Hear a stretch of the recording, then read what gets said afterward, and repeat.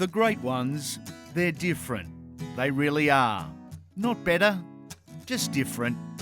Sure, there's a physical power, a mental strength, a complex but resolute constitution too.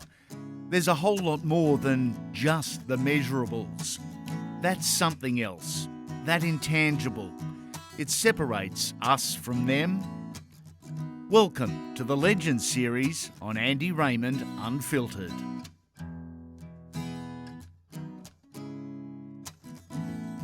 Some stories can be unfairly written. With honesty, humility, and without regret, this guy tells his own story, how perception and reality differ. But who is Dave Taylor? Probably just a laid-back guy who sort of enjoys life, maybe a little bit too much. You're allowed to in retirement. Yeah. Football is now in your rearview mirror. What are you up to with yourself? Just working for a construction company, civil construction, so driving machinery and sort of doing subdivisions and building roads and stuff like that. So it's been, at the moment I'm out at the power station sort of pushing coal into the power plant, and yeah, I'm really enjoying it. Are you enjoying retirement as such and life away from footy? Yeah, I really am. The football scene was sort of pretty chaotic, and yeah, the only thing sort of you miss is sort of feeling really good and being very fit. Yep, that's probably the only thing that I miss. For some, the transition from playing to retirement is easy. For some, it's difficult. Which category do you reckon you fit into? I found it pretty easy. I come back home here, and when I first started my career, I always said that I was going to go out and have one last year with the Capras and back here at home in Rocky, and I did that and come home and played one more year, and I was pretty fortunate enough to meet me boss, and that through he was one of the sponsors of the club, and, and then I've been sort of just about my third year going on now working for the company, and I'm really enjoying it. I've struck a good relationship with the boss, and we're pretty close mates now, and so that helps. And so I've sort of transitioned into retirement quite easily. For a young boy from Blackwater in country Queensland, city living can be very difficult. Was it for you? Yeah, the old bright lights. The temptation. They get us all. I adjust pretty well to any situation, I feel. I'm pretty laid back like that. And when I moved down to Brisbane, I was in that Broncos house with, I think Sammy Thaiday was there for a little bit. We had John Trio, a couple other boys. So I think sort of moving in with them guys helped. Yeah. Yeah, I think Darius was there, Joel Moon. So having sort of that crew that was there, and they were all, most of them were all sort of Darius and that were all city boys anyway. Yep. So they took you under your wing and showed me around Brisbane and places I shouldn't go. Yeah, there's some dangerous mentors there, Darius and Sam Thaiday. Was Andrew McCulloch around at that time? Was he in the house? Yeah, he was a young fella. He was about 17, I think, when he my last year in the house. He was his first year, I think. He was only 17, I think he was, when he come from Dalby. And he was Macca was in 2009. He was my roommate for away trips. Is that right? Yeah, I got along pretty well with Macca. We got some stories that I don't think I should be sharing here. One story and one line he loves to tell is Dave's favourite meal was a full loaf of white bread, a full chook and a bottle of tomato sauce, and whenever he's finished, the chicken bones used to get put down the edge of the couch. True or false? No, that's false. Macca can exaggerate a story pretty well. He comes across a nice guy. He's a cheeky bastard. Bit like Chopper Reed. He doesn't let the truth get in the road of a good story. Mate, I always got the feeling with you loved playing footy and you loved when it was time to play footy, but you didn't particularly like the rest of the footy lifestyle, the sponsor requests, the media interviews, the being the superstar. Is that a fair call? 100%. Growing up, I never watched football and I never followed a team. I was always a kid that was outside playing football and kicking a ball around. And I was very fortunate enough to be very good at football. Yep. But I didn't like it. Was that the whole way through? Yeah, it got worse as I got older. Yeah, definitely. with the pressure. And when I first started at Brisbane, everyone says sort of Brisbane were a bit behind the times with all the rules and regulations around what you can and can't do outside of training. I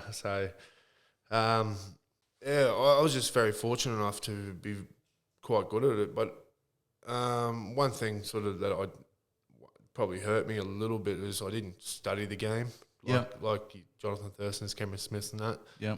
I was just there to play the game and I remember one time we were coming up against, I think it might have been the Roosters, and I was coming up against someone, and I think it was Brad Takarangi, and they're talking about he's being a threat, and I go, "Oh, who's that?" Didn't know who you were playing. Had no idea who it was. Is that right? Yeah, I remember telling Tax about that when he come. We played together at Gold Coast. Yep. And it wasn't until he actually come to the Gold Coast that he was the guy who come in onto me when I passed him a Queen. Is that when right? I was at South. Nice. That's how much of a not of a footy head I am, and I just really love playing the game. You're listening to Andy Raymond Unfiltered, the Legends series. We have corporate and private sponsorship packages available. You set the terms. For further information on how you can become part of the team, go to the website andyraymondunfiltered.com.au and hit the sponsorship tab.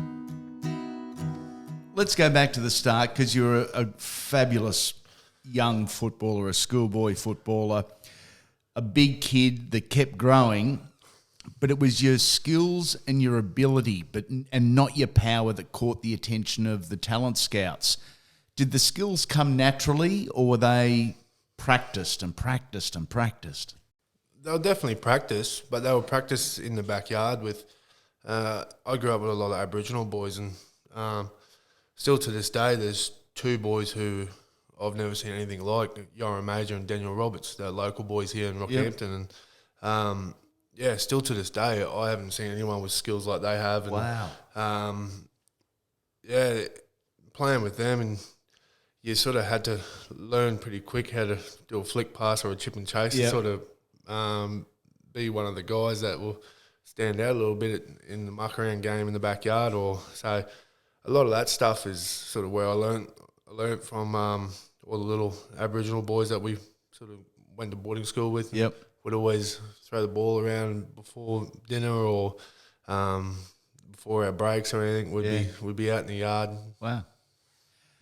Justin Hodges once said, "You're a halfback in a forward's body." Would you rather been a halfback in a halfback's body?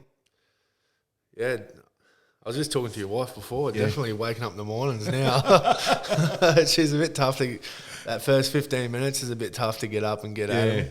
But I don't know. I just really liked mucking around with the ball and doing stuff that stuff that I don't think would ever be able to come off, then coming off and surprising myself. And it was more of a just, I'm going to chance this. And then sort of, if I'm sort of one of them people, if you keep doing this, sort of same routine, I sort of get a little bit bored with it, and then I'm hearing you. The old brain sort of, I've got a little kid brain, so it sort of starts, wandering around the room and what else is here? Like, what's over there on the sideline? Yeah.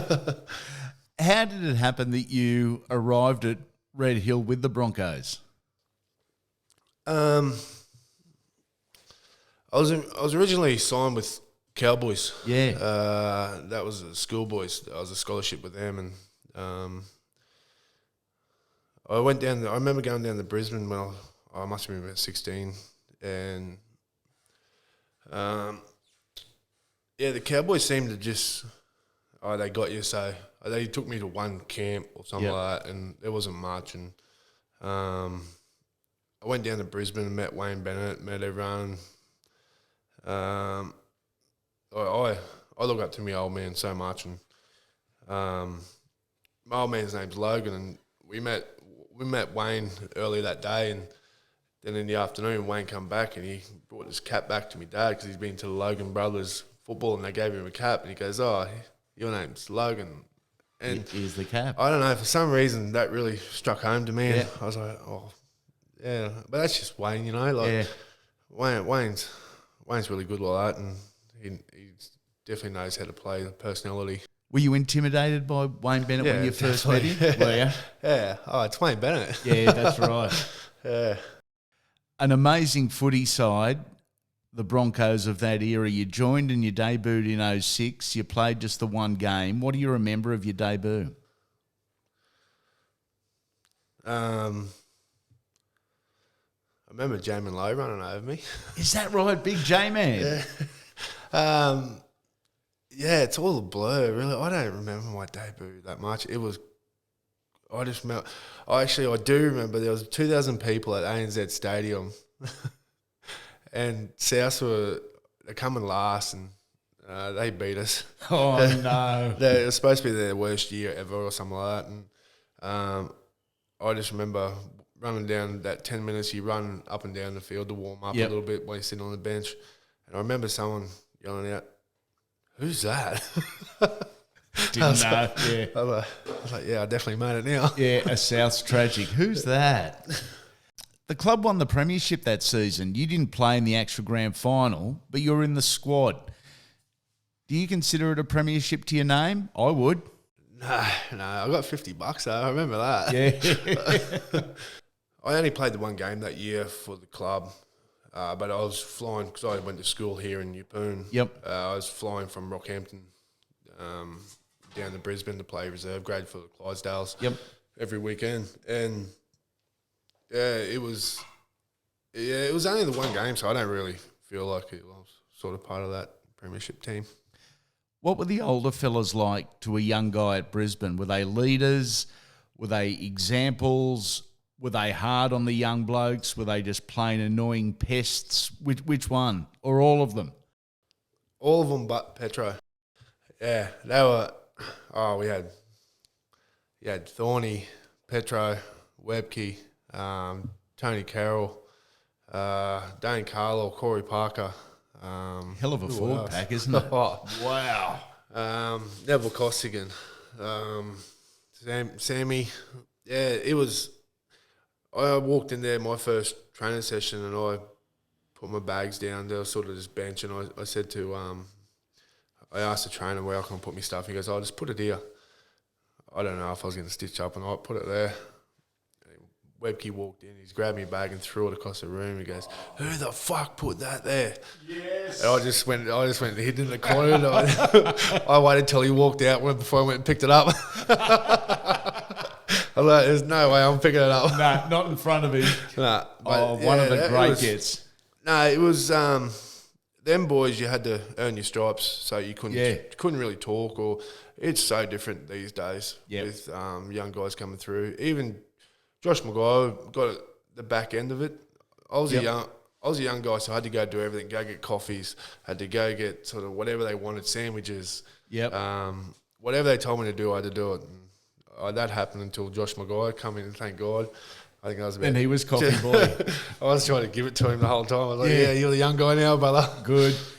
You couldn't get away with that now in 2020. I guess the times change, and us older blokes look back with fond memories. 49 games for the club over 4 seasons. Is there one game, one moment, one memory that stands out above all others, your time with the Broncos? Yeah, probably that 49th game. It was a game before the grand final, and I remember thinking, I could actually get my 50th game on the grand final here. But Greg Inglis wanted to have a good game that game, so... you can't stop that. Griffin Air Conditioning offers the highest quality of air conditioning sales and service across the Sydney metropolitan area, providing installation and maintenance to commercial, domestic and industrial customers. Working with this team, you'll be guaranteed the latest services, technology and developments in the industry. Visit griffinair.com.au and tell them we sent you for a cool deal.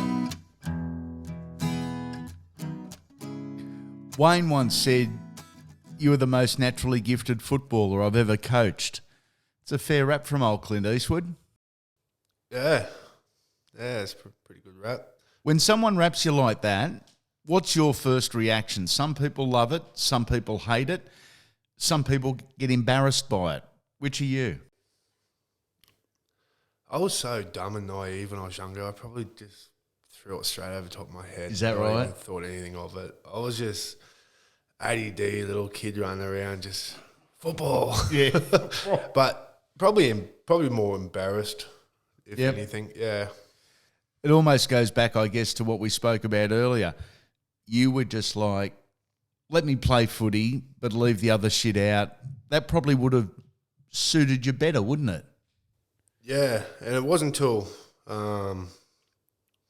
2009, Ivan Henjak was a coach and a couple of things there, but I really just went, fuck the coach, I'm just going to play the way I want to play. And I reckon Lockie really embraced that, and Carmichael. Yep. Because I was on the left side, and it was a game against the Warriors. I think we were all wearing yellow for some reason. I can't remember the reason why. The jerseys was just all yellow. Yep. And someone got injured, I think, and I went out in the back row and played a good game. And next game he put me there again, and I didn't like Ivan. I just like whatever he said, I was just like agree with him there, and I was just like, fuck you, I'll do the opposite. Yeah. And then I started playing some really good football. And 09 was sort of one of my better years. And I really felt sort of Lockie would just look over to me. He goes, "You just pick your hole, and I'll give it to you." Is that right? And geez, that takes a lot of pressure away from you, the runner, when you're not instructing the guy on your inside. You're just finding your hole and looking at the defence, knowing a guy as good as Lockie is going to find you. And one thing that helped me that year too is I was pulling off a couple of good plays, like that inside ball to Kay. Yeah. He scored that try in the semi-finals. Remember it? Yeah, against St. George. We sort of just played around with that for a few weeks beforehand. But I had Lockie inside me that was feeding me the ball, and I had Carmichael out the back. I had Izzy Folau on the outside of me and Antonio Wing on the wing. There's some salary cap there, mate. It was I just remember just throwing balls out my arsehole. Yeah. Just thinking, I'm just getting rid of this. And it didn't matter where it went. Izzy would get it. Is that right? Yeah, he made me look good that year. Isn't it amazing with coach and an individual player, if they get along, it makes the journey that much easier and more enjoyable. But when you don't get on, it just makes it so much harder, and it feels like work. Because not all of us get on with everyone. It's just impossible in life. Yeah, well, apparently Lockie wrote something. I've never read Lockie's book. Sorry, Darren. But apparently he wrote something about me and Ivan in his book. Yep. I don't know what he said, but yeah, me and Ivan had a fair run in that year, and I can't remember. I probably started it, no, me. But but I just remember one time we were negotiating a new contract for 2010, and Ivan's brought me and my manager, and South have offered me 300,000 or something like that. Yep. Massive coin for back in the day. Yeah. And then Ivan's brought me into his office with manager Cole Davis, and Cole was sitting there, and Ivan looks at me and Cole and goes, "If you're not the worst football player in the NRL, I'll quit my job today." And then You said it to your face? Yeah. So I walked out of that room. As soon as that door closed, I said to Culvering, South. Yeah, tell this bloke to fuck off. And I wanted to stay at Brisbane. I really did. So that pushed me over the edge to go to South. Wow.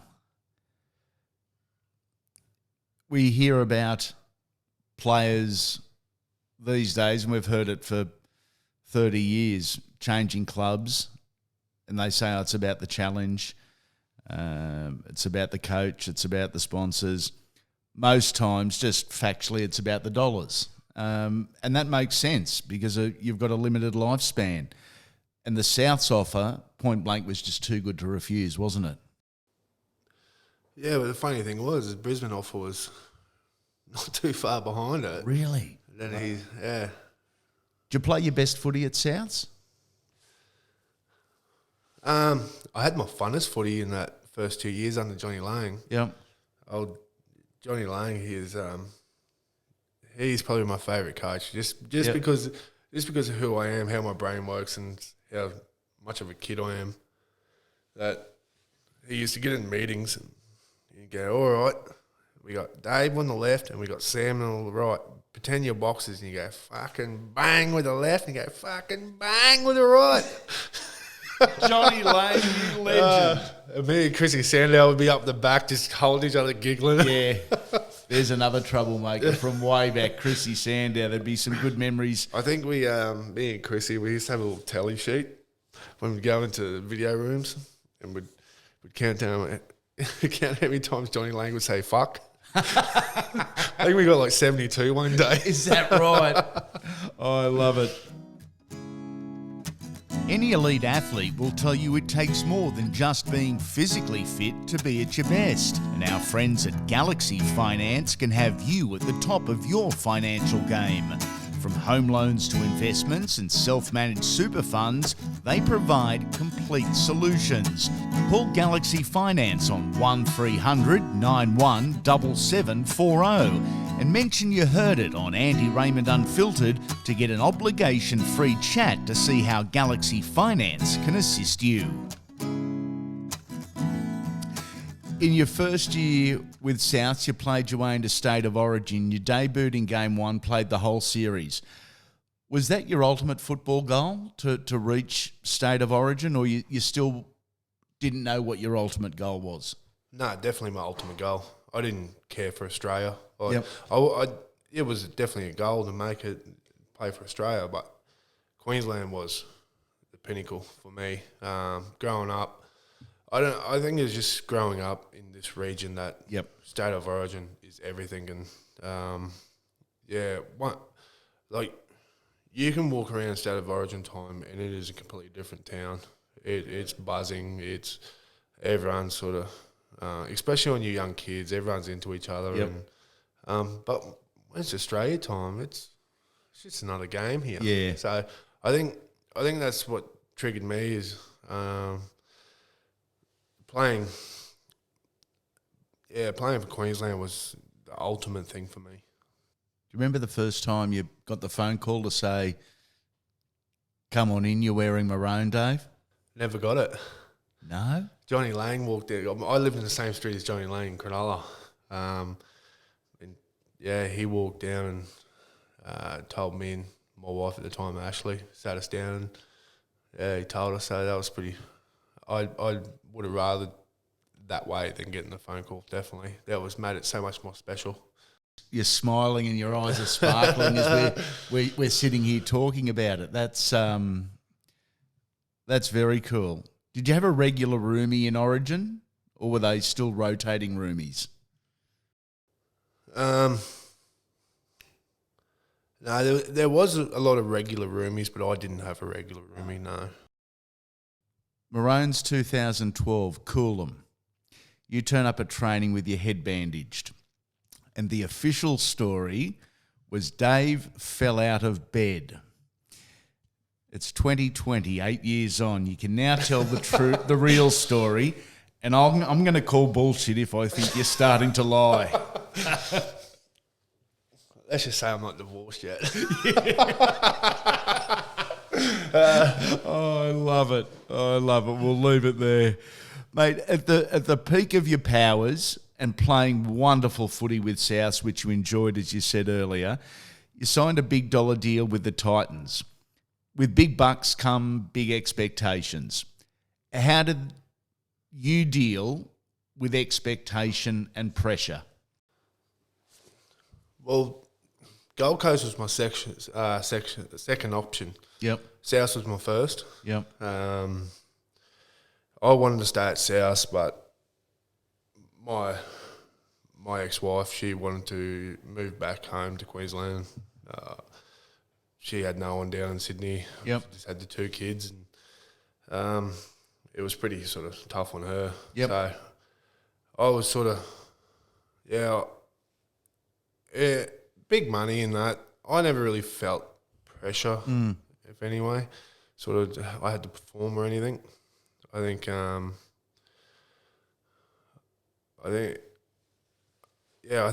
once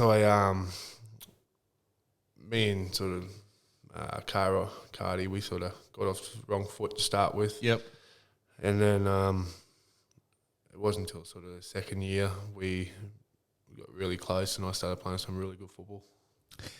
Did you enjoy living on the Gold Coast as a place to live, or not particularly? Not your scene? Or very your scene? Yeah, that's my scene. Yeah, that's your scene. Yeah. Did you enjoy playing for the club? I loved it. Yeah. Yeah, it was... it's close to one of my favourite sort of couple of years playing NRL. The crew there was really good. Nate, Birdie, Bowie Floon, all them boys. We were really close. Closer than what I've ever been with any other sort of footy players in other clubs. So it was sort of like a bit of a family feel, and yeah, although we didn't get the results we wanted, I thought we did play some really good football at the time. Yep. We were in intention to sort of make semi-finals and that, but just couldn't deliver. In 2014, you were one of 7 players that got in trouble off the field. It was headline news. Did you feel like your entire world collapses in one afternoon? Yeah, definitely. Yeah, it was a bit of a wake-up call. I wouldn't say wake-up call because it was a one weekend thing that sort of got us in trouble. Yep. But it was definitely life definitely sort of went downhill for a few years after that one. It was drug possession, and my opinion, and the opinion, an honest opinion of people I spoke with at the time and since, be it players, coaches, other commentators, that you actually handled yourself with class and composure, and you almost came out better off because you manned up, you said sorry, you said, I fucked up, you copped what you copped, and you grew and learnt from it. Difficult at the time, I know, but as you sit here now, is that a true statement that you learnt and you grew up?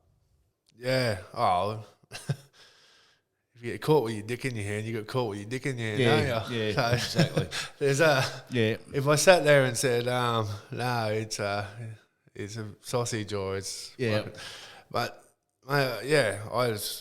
there's only one way sort of forward was sort of, be truthful and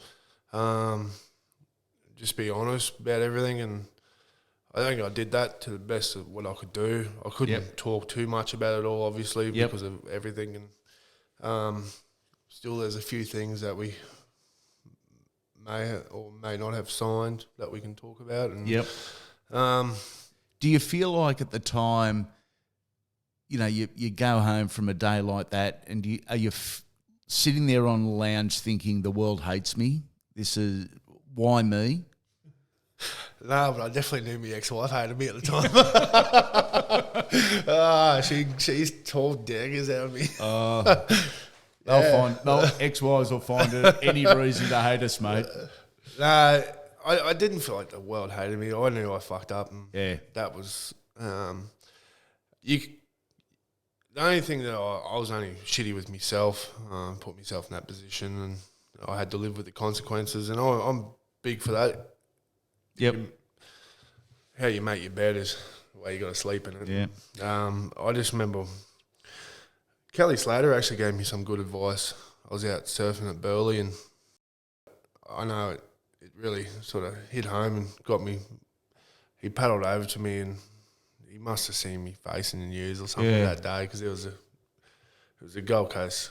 It was a Gold Coast comp there, and he paddled over and he goes, "Oh, I was just reading about you today," and he told me a few things. I can't exactly remember what he said, but I just remember walking out of the water that day and just sort of feeling a lot better about myself. And then from that day on, I just sort of, I just went, I can't do anything about it. I just got to move forward and just own up to everything. And I felt like sort of once all that happened, it sort of all got pushed away and we moved forward. After he had the chat to you, did you drop in on him and give him the bird as you surfed away on the break at Kirra? I think if I dropped in on him, yeah, he would have killed him. Issues. The most important question of this interview: what size fucking surfboard does a unit your size need? A very thick one. Yeah.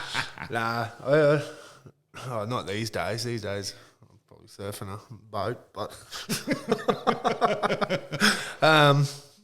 no, probably a 6'4". I normally used to ride. Good work. But it had a bit of meat in it. If you're enjoying Andy Raymond Unfiltered, the Legends series, we'd love for you to go to Apple, Spotify, or wherever you're listening and subscribe to the podcast and give us a 5-star rating and review. Best weekly review wins an Unfiltered Trucker's hat. Your time at the Titans came to an end, and it was probably a period where even you were a little unsure what your future held. You end up going to France and the Catalan Dragons. Easy or hard? It was very hard for me. I got divorced. I split with my ex-wife a month before going over. Oh. So I went over for the year without seeing my kids or.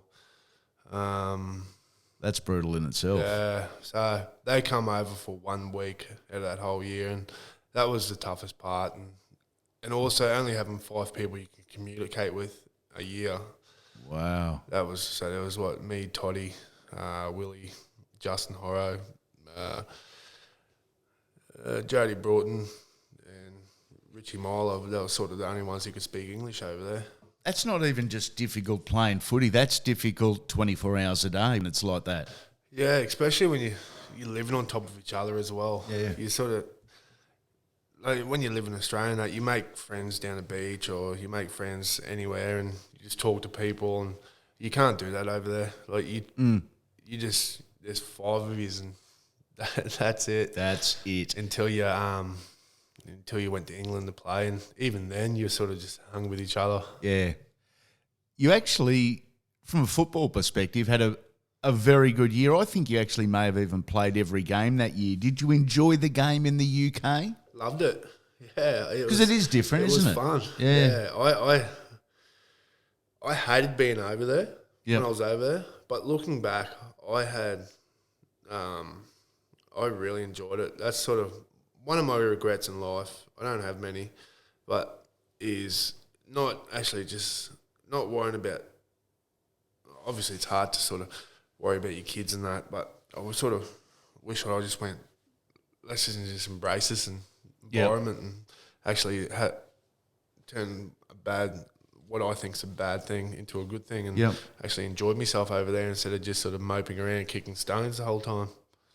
Your career also saw you sign with the Canberra Raiders, the Toronto Wolfpack and the Central Queensland Capras, where you said you were going to come back to and finish your last game. You did. But if I asked you where you played your best footy, where would you say? That 2009 season, I was pretty good. Yeah. Pretty good, that's an understatement. Probably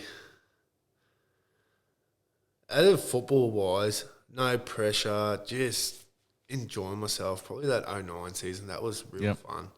And I was too young to understand pressure, I think. I just, if it was there, I just didn't really care. Yep.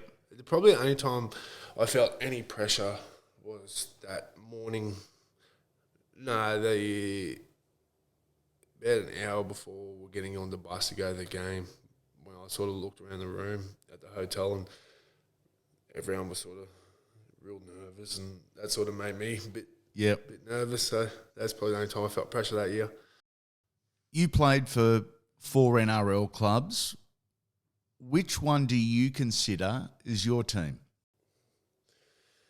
Probably Canberra, because what I went through to get there.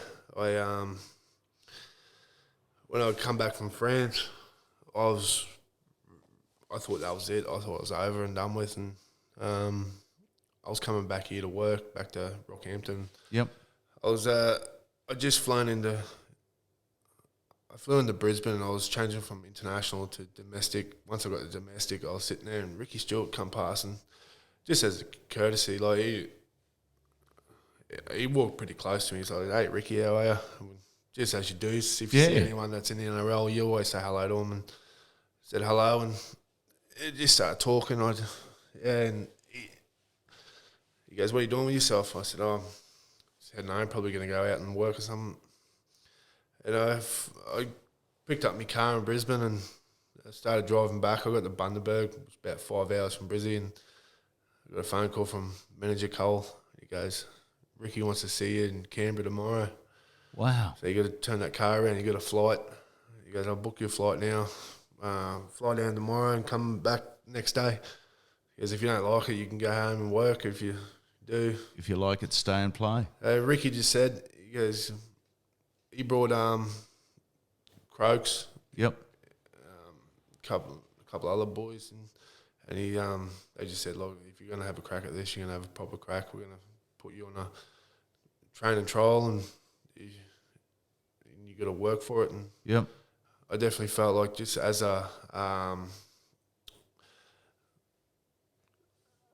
sort of working as hard as I could to achieve something, that's definitely one thing I've really achieved, that I really sort of stood back and went, yeah, I went through hell to get there. You're back in Rockhampton, Yeppoon area now. Will you remain part of the game in your future, or are you happy to walk away and move on? At the moment, I haven't watched a game in 2 years. Yeah. It's just not part of your DNA, is it? No, it's not. Being forced to them hours that we used to put in front of the screen, watching clips, either your game that you just played or the one that you're about to play, probably hours and hours of video sessions and stuff like that. It just wasn't me, and I struggled with it. And that's probably. Yeah, and at the moment I'm just happy. Just people go, "I'm going down to have a pub, watch a game." I go down to the pub and have a beer and sort of sit there and sort of front of some other TV. Because it's not in your DNA, because you're not that footy tragic, it was never really your first priority, as you said earlier. If it was your first priority, would have you been a better footballer? I reckon I would have been a lot more consistent football player. Great call. 207 games, 8 origins, 1 test. I've always found you to be an absolute delight to deal with. Today is no different. Dave Taylor, you, big sir, are a legend. Thank you, sir. A new episode of the Legends series drops every Tuesday and the weekly Wodge every Thursday. Subscribe to the podcast wherever you're listening and follow us on social media at The Andy Raymond. Then you won't miss a thing. Come back soon, Legends.